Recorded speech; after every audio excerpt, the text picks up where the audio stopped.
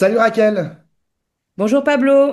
merci d'avoir accepté mon invitation. Raquel, tu es ancienne députée, tu es cofondatrice de l'Après. Et si je t'ai invité, c'est pour parler de l'actualité politique un peu bouillonnante de cette semaine. Ce matin, deux motions de censure contre le gouvernement Le Cornu ont été rejetées. L'une avait été déposée par la France Insoumise, l'autre avait été déposée par le RN et l'UDR, le parti d'Éric Ciotti.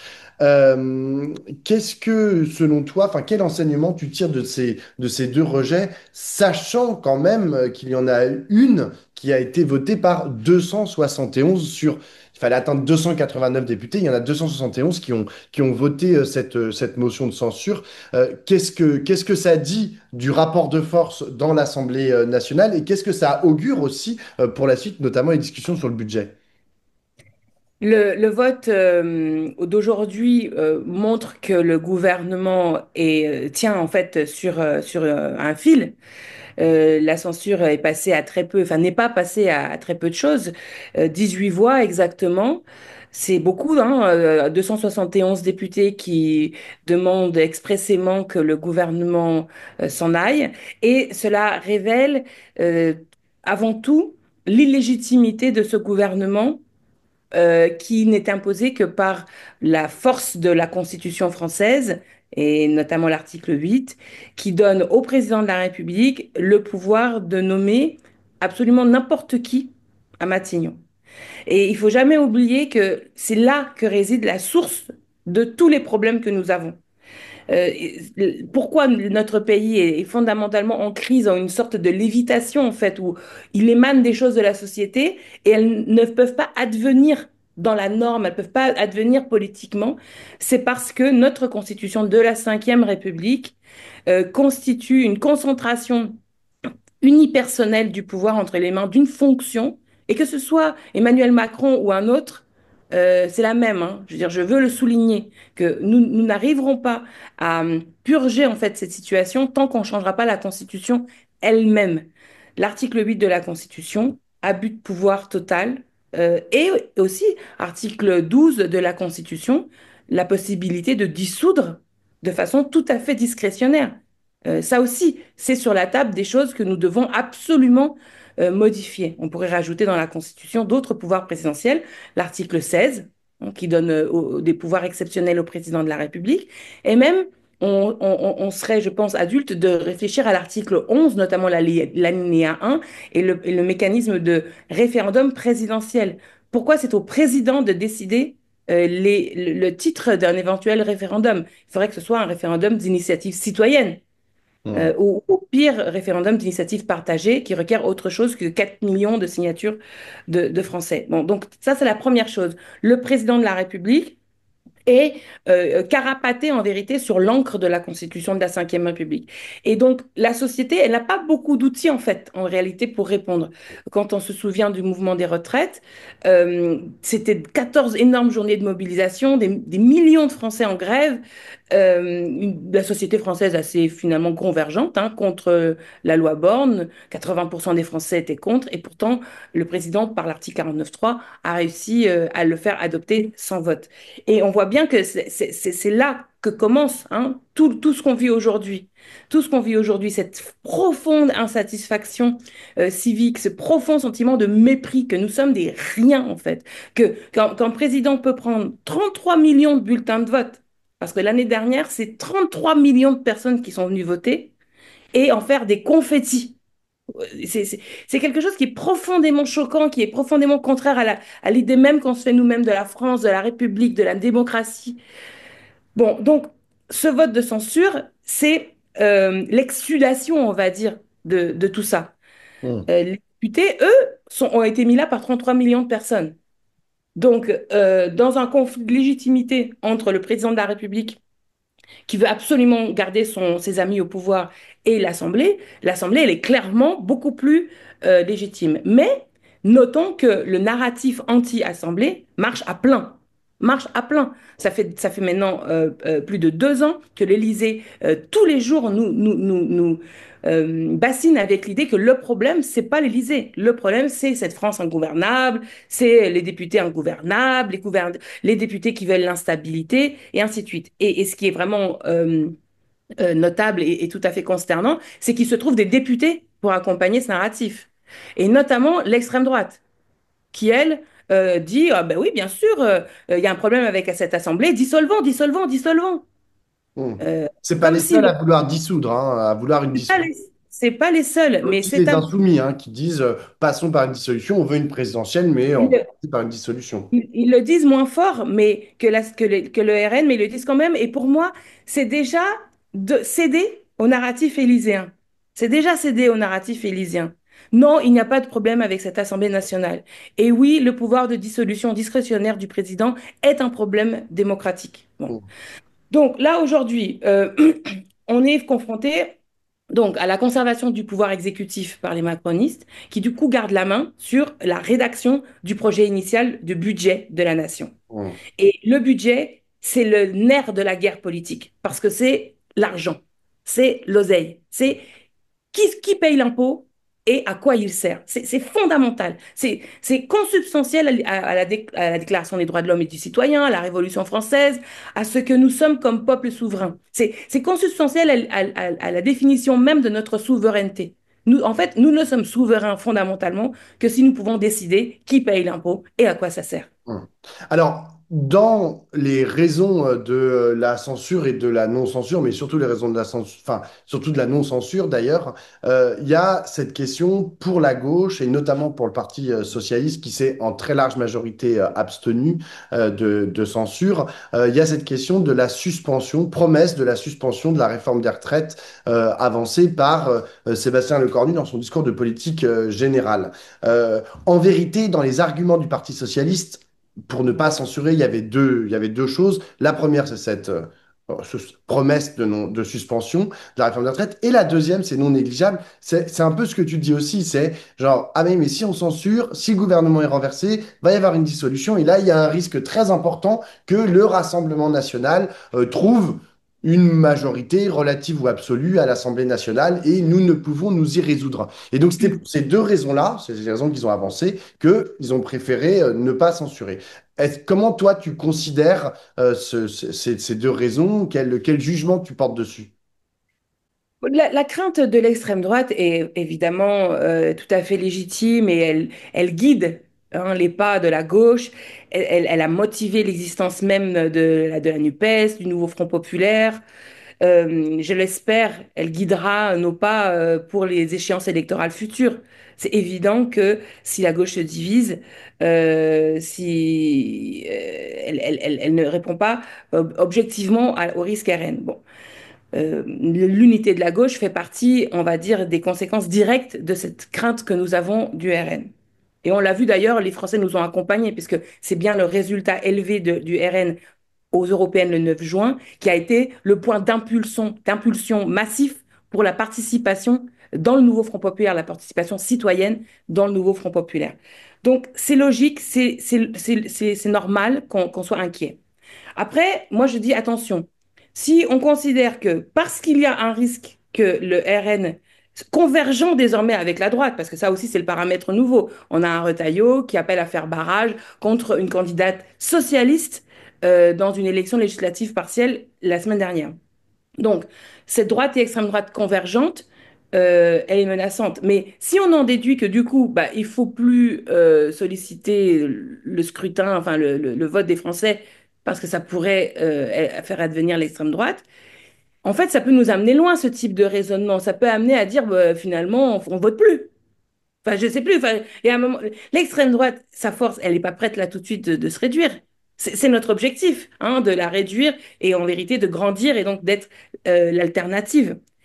Soulignons qu'il n'y a plus que la gauche qui peut être l'alternative au RN. C'est plus le macronisme. Le macronisme chute, chute, chute, chute. Aujourd'hui, le macronisme, c'est quoi? 13% de la société française. Donc, le macronisme ne peut pas, sauf, sauf vraiment distorsion totale de la réalité qui parfois est permise par nos institutions, mais fondamentalement, la seule alternative à l'extrême droite, c'est la gauche. Bon. Et si on dit, donc notre travail, c'est d'être plus gros qu'eux, mais si on dit, tant qu'en fait, on n'est pas sûr d'être plus gros qu'eux, on vote pas, ben, ça va nous amener où ça?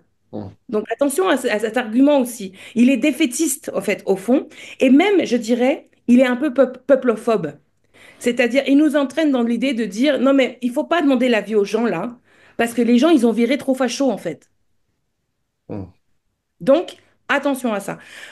Sur la Pour, réforme des retraites, sur la pour ce qui est de la suspension, réforme des la retraites, promesse, c'est quand même pas rien. voilà. C'est quelques millions, enfin plusieurs millions de Français qui vont pouvoir avoir accès à la retraite euh, avant les 64 ans, quoi, avant ce que prévoyait la réforme de 2023. La réforme des retraites, c'est évidemment une immense prise de guerre. C'est vraiment tout ce qui sous-tend toute la politique française depuis la loi Borne, depuis en fait ce vote le 16 mars 2023 par 49.3 de la loi Pas Borne. vote, adoption. Ouais, j'ai dit vote. Pas dit Ouais, vote. ouais, non, Il n'y a pas eu adoption. de vote, justement. Adoption sans vote, exactement. Et donc, et par conséquent, nous, le NFP, on a mandat. Je veux dire, notre mandat, c'est abroger la loi Borne. Enfin, il n'y a pas de discussion là-dessus. Et que du coup, que des camarades considèrent qu'un tien vaut mieux que deux, tu l'auras, et que préfèrent tout de suite prendre pour des centaines de milliers de Français qui pourront partir là tout de suite à la retraite, alors qu'autrement ils ne le pourraient pas, plutôt que d'attendre l'éventualité possible un jour d'une victoire à la présidentielle de la gauche ou que sais-je. Bon, moi je comprends ce narratif-là, enfin pas ce narratif, ce raisonnement. Je le comprends, je trouve qu'il est ancré dans la réalité, c'est-à-dire qu'il y a quand même des Français qui n'ont pas le luxe d'attendre. Hein. On n'est pas tous députés, on n'est pas tous sénateurs à la retraite, on n'est pas tous hein, tranquillement en train d'attendre 2027 avec des indemnités à 5 000, 7 000, 8 000 euros par mois ou des grosses retraites. D'accord? Donc, euh, moi, je ne prends pas à la légère l'idée de dire qu'il faut que ça soit tout de suite. Tout de suite, là, tout de suite, il faut que les gens nés en 1964 puissent partir à la retraite, et ainsi de suite. Cela dit, le dispositif qui donne à l'exécutif la main mise sur la version initiale du budget est quand même très compliqué. Même sans utiliser le 49.3. Parce que, évidemment, le fait de ne pas utiliser le 49.3 est aussi une énorme prise de guerre de la gauche. Enfin, Là, on avance, c'est-à-dire on voit bien qu'on arrive à marquer la société française par nos revendications et nos problématiques. Qu'on ait nous-mêmes annoncé fin août, début septembre que si nous gouvernions, nous le ferions sans 49.3 déjà, c'est la montre d'un correct diagnostic de la situation et d'une grande maturité politique, et qu'on l'ait imposé à Le Cornu, c'est très positif. Bon. Mais le problème, c'est que, comme tu sais, en matière budgétaire, la possibilité, le droit d'initiative par amendement des députés est très limité. Et aussi, il y a les articles 47 et 47-1 de la Constitution qui donnent une borne dans le temps aux délibérations et à l'issue de laquelle, si le texte n'a pas été adopté, le gouvernement peut alors procéder par ordonnance. Bon. Donc, il n'est pas fou d'imaginer qu'en réalité, dans la tête des macronistes, ils n'ont aucune espèce en réalité, intention de faire quoi que ce soit dans le sens des retraites, des retraités, qui par ailleurs se voient, pour le moment, hein, tant que ça n'est pas défait par amendement et par un vote, qui veulent imposer davantage les retraités par ailleurs, retirer un tas de droits sociaux sur la santé, sur la couverture de santé, etc. Bon, franchement, moi, si j'étais encore députée, j'aurais voté la censure. J'aurais voté la censure parce que je pense que il faut garder la pression sur l'Élysée pour un gouvernement de gauche, en fait. Quand nous disions que souviens-toi du programme du nouveau Front populaire. Il était articulé en trois temps. Il y avait les 15 premiers jours, on gouvernait par décret. Pourquoi? Parce que c'était les vacances. Il n'y avait pas d'Assemblée nationale qui était réunie. Et il y a des choses qu'on pouvait faire tout de suite. Augmenter le SMIC, augmenter le salaire minimum par décret. 1600 euros net, 2000 euros brut. Mettre en place abroger les décrets d'application de la loi Borne, on pouvait le faire aussi par décret. En droit du travail, faut voir la quantité de décrets qui ont détricoté le Code du travail. On aurait pu, par décret, là également, refabriquer du Code du travail. Mm. C'était notre méthode à nous. Et ensuite, une fois ouvert l'hémicycle, on aurait gouverné 149.3 pour obtenir là tout de suite ce qui était possible, notamment l'abrogation de la loi retraite qui est majoritaire dans cet hémicycle, et d'autres choses. Et pourquoi pas la taxe Zuckman, la loi Sas Autain a quand même été adoptée le 20 février dernier dans cet hémicycle-là, certes par des mobilisations du camp d'en face. Si on devait revoter, peut-être qu'il se remobiliserait. Mais ça mettrait quand même le RN dans une grande difficulté. Ça serait un moment très pédagogique. Et d'ailleurs, qui viendra dans la discussion là, parce que là s'ouvre du coup une période budgétaire sous grandes observations, et tout le monde pourra finalement prendre à témoin les travailleurs de ce pays sur les votes notamment du RN. Bon, Mm. donc voilà, moi je pense que avec les macronistes à l'exécutif, tout cela devient plus difficile. Mm. Et il faut continuer de dire que ce qui est normal, ce qui est légitime, c'est que ce soit un gouvernement de gauche qui l'exécute. Alors, justement, la gauche, où est-ce qu'elle en est exactement? Aujourd'hui, on voit bien qu'il y a, on va dire, sur cette censure, mais en général, plusieurs stratégies, au moins deux, celle du Parti socialiste et celle de la France insoumise, avec entre les deux, parfois dans les deux, genre l'après, les écologistes, le Parti communiste, Génération et Debout de François Ruffin. Où est-ce que ça en est? On a l'impression que a été aussi acté sur cette censure et cette non-censure, ben, un peu, voilà, de gauche dont on arrive mal à percevoir à court terme ou à moyen terme la possibilité d'une unité. Alors, n'oublions pas que les effets que nous constatons actuellement sur la gauche euh, viennent d'une cause. C'est précisément le pouvoir présidentiel. C'est-à-dire, la situation de blocage a des effets délétères sur la gauche. Et d'ailleurs, c'est même l'objectif. Hein. Le camp d'en face nous veut diviser, absolument. Pourquoi? Parce que si on est divisé, les macronistes peuvent espérer peut-être encore une troisième fois se hisser au rang de l'adversaire du RN. Oui, enfin, c'est Si, pas parce que Macron veut que la gauche soit divisée qu'on est obligé de se diviser parce que Macron le veut, quoi. Genre, Mais c'est même l'inverse, c'est parce qu'il veut qu'on soit divisé qu'on doit faire l'effort de ne pas allez. sauter allègrement dans la division. Hein. Et ça, pour l'après, c'est fondamental. C'est-à-dire, nous, les quatre députés de l'après, Alexis Corbière, Clémentine Autain, Daniel Simonet, Hendrik Davy, ont voté la censure. La revoteront si dans le débat budgétaire, il y a à nouveau une motion de censure, hein, parce que c'est aussi une hypothèse que l'article 49 alinéa 2 permet à l'Assemblée nationale de censurer en fait à tout moment. Cependant, de même que malgré ce que nous avons vécu avec la France insoumise, nous n'en avons pas déduit qu'il fallait la rupture et l'exclusion de la France insoumise du Front populaire.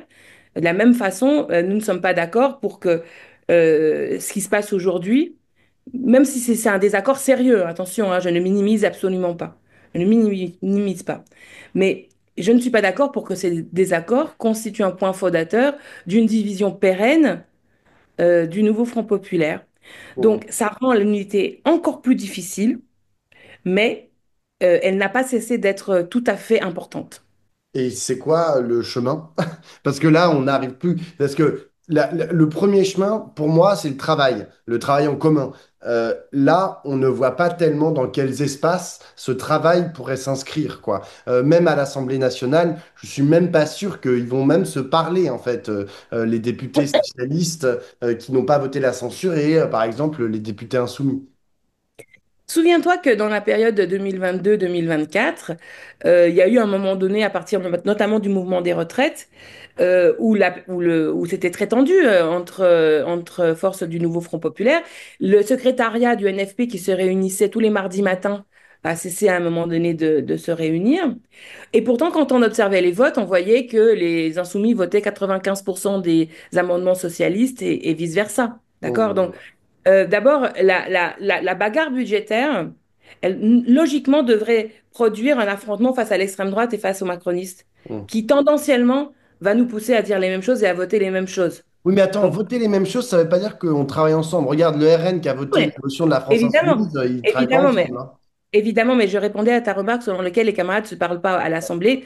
Je, je n'y suis pas à l'Assemblée, mais ce que je sais, c'est que tu verras qu'ils vont défendre les mêmes amendements, dont ils vont d'ailleurs déposer, ils vont les déposer dans les mêmes termes et les défendre tous. Et à la fin, tu vas voir que ça va refabriquer une opposition dans laquelle nous serons du même côté de la barricade, si j'ose dire, de la barricade législative. Pour le reste, les espaces qui existent jusqu'à présent, c'est-à-dire le déjà là, c'est quoi?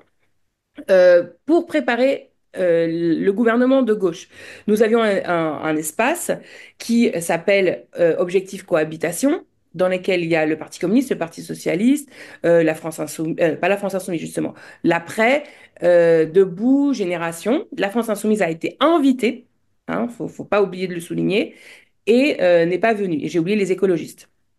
Donc, ce cadre-là a travaillé avec les organisations syndicales sur la question du programme d'action de la gauche à Matignon. On a été auditionné enfin, nous avons auditionné au siège, à leur siège, la CFDT, Marie-Lise Léon et son bureau national, Sophie Binet et son bureau confédéral, Solidaire, la FSU. Bon, donc et cet espace-là, il existe. Et bon, là pour le moment, c'est sûr qu'il y a un coup de froid, hein, c'est clair, mais ça existe. Il y a un autre cadre qui existe depuis juillet dernier, c'est l'espace dit de Bagneux, que Lucie Castet a lancé et qui a pour objectif de produire une candidature unique à l'élection présidentielle. Cet espace-là, euh, il va venir être percuté par ce qui se passe actuellement.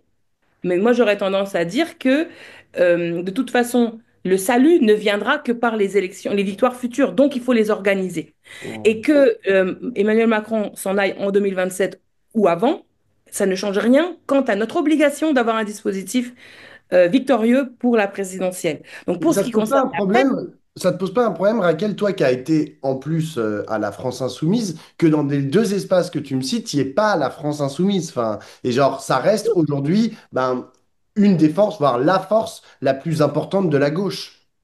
je ne sais pas si la France insoumise est la force la plus importante de la Elle a gauche. plus de députés et elle produit quand même des idées, Oui, énormément enfin, de mouvements. ils ont 71 députés et le Parti socialiste 69. Ah, donc c'est Et dans l'élection de 2024, la France insoumise est le seul groupe parlementaire à avoir baissé, en nombre de députés, tandis que tous les autres forces de la gauche ont augmenté. Et la dernière fois que la gauche s'est comptée dans les urnes, c'était aux européennes, et le Parti socialiste est repassé devant la France insoumise et bien devant. C'est d'ailleurs ça qui a provoqué ensuite le rééquilibrage des circonscriptions, hein. Alors, C'est si je peux me permettre, dans les urnes, après, il y a eu les élections législatives. Et ils ont eu où plus. personne n'a pu se compter parce qu'on était tous sur le même bulletin de vote. Et donc, sauf quoi? Sauf quatre circonscriptions ou cinq circonscriptions où justement les camarades de l'après se sont retrouvés face à des mélenchonistes et lesquels mélenchonistes ont été battus, même dans des zones très urbaines comme Paris 20e ou même en Seine-Saint-Denis comme à Bagnolet et Montreuil. Bon.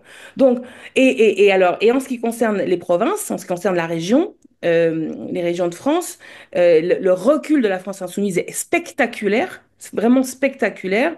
Il y a vraiment des effets repoussoirs qui sont notables.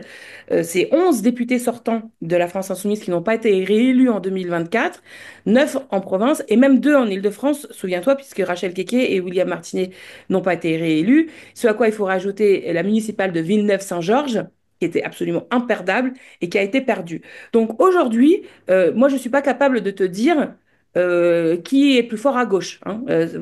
Oui, mais Sincèrement, ils ont une production aussi doctrinale qui est très importante. Ils font du euh, mouvement dans la société, ils ont des idées. Non, mais Je bon, ne- peut-être De que toute c'est façon, je plus suis pour important qu'il y qu'ils ait la France fassent. insoumise. Attends, Voilà. mais quoi, je suis pour qu'il y ait la France insoumise, quand bien même ils sont en phase de recul. C'est pas le sujet. Je suis absolument pour l'union avec la France insoumise, mais totalement. Et d'ailleurs, tu noteras que le 2 juillet, ils étaient invités. Lucie Castet a invité la France insoumise, et à chaque occasion, nous, du mois l'après, où Lucie Castet et Marine Tondelier aussi, qui à cet égard fait un vrai travail aussi de, de maintien de l'objectif unitaire, nous, systématiquement, nous plaidons pour l'unité du nouveau Front populaire Et notamment avec un argument qui me semble quand même incontournable, c'est que les 9 millions de voix que nous avons obtenues en juin, le 30 juin 2024, nous les avons obtenues parce que nous étions ensemble, parce que nous avions un programme, hein, qui était le programme déjà de la NUPES, lequel programme de la NUPES était un programme qui était le programme approchant de l'avenir en commun, qui est celui de la France insoumise. Donc le centre de gravité programmatique n'était pas celui de François Hollande, hein. Ça, c'est la première jambe de ce que constitue l'unité de la gauche désormais depuis 2022. Et l'autre jambe, bah, c'est l'unité tout court, c'est-à-dire le fait d'être ensemble. Mm. Et il y a des forces qui restent attachées à ça. Et même si c'est difficile, de toute façon, les circonstances historiques font qu'on ne peut pas lâcher ce morceau. Mm. Hein. Euh, et alors, évidemment, on n'est pas, personne n'est dupe et on voit bien les agendas des uns et des autres. Dans une journée comme celle-ci, où pour les millions de Françaises qui se jouent, c'est est-ce que je vais pouvoir gagner des droits ou est-ce que je vais en reculer, en perdre?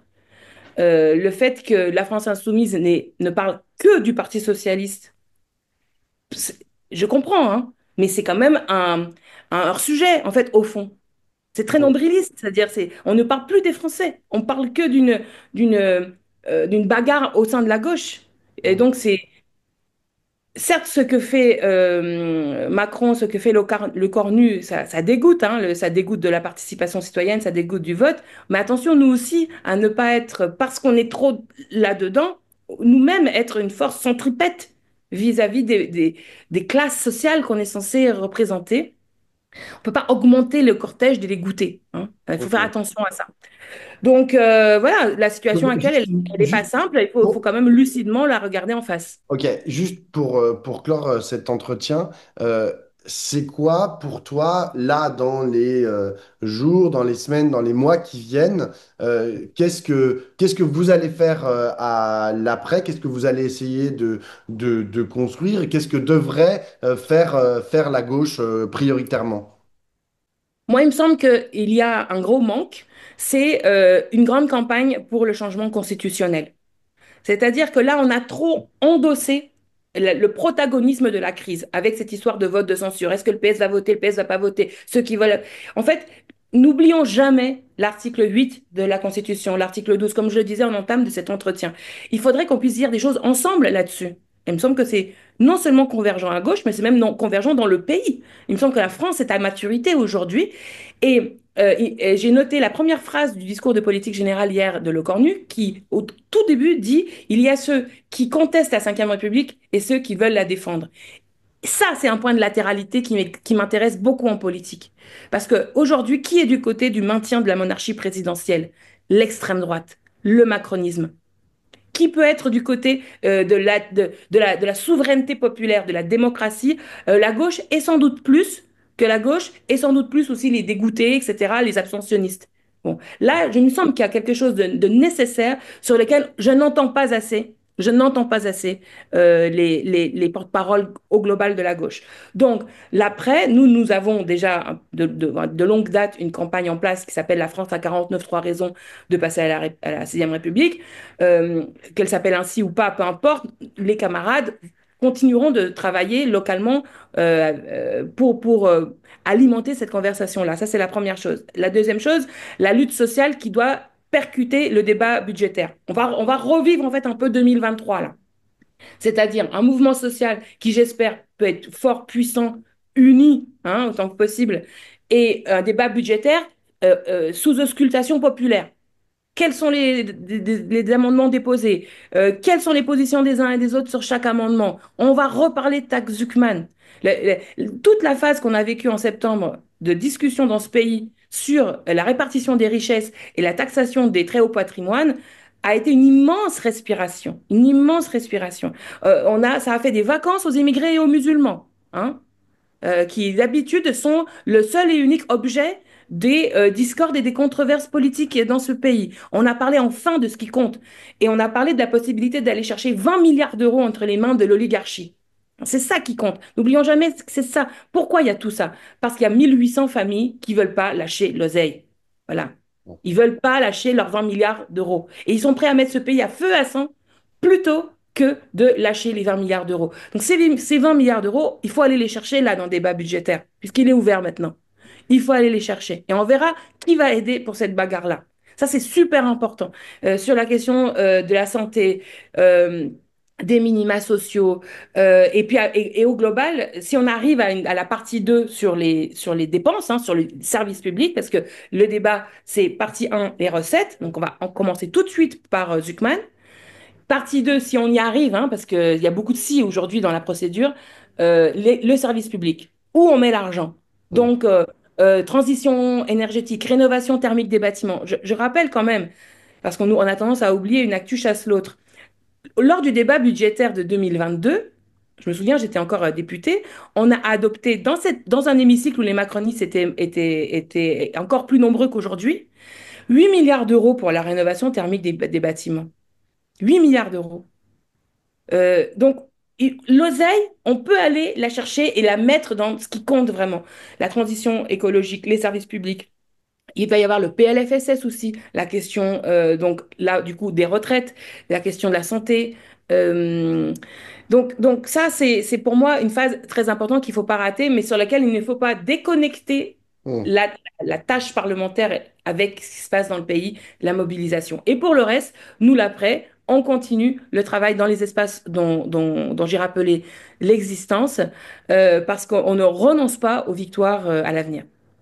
Merci beaucoup, Raquel, et bah, bonne chance pour tout cet agenda qui semble très, très, très, très chargé. Oui, Merci, merci très chargé. Pablo, merci tout Ciao. le monde. Merci.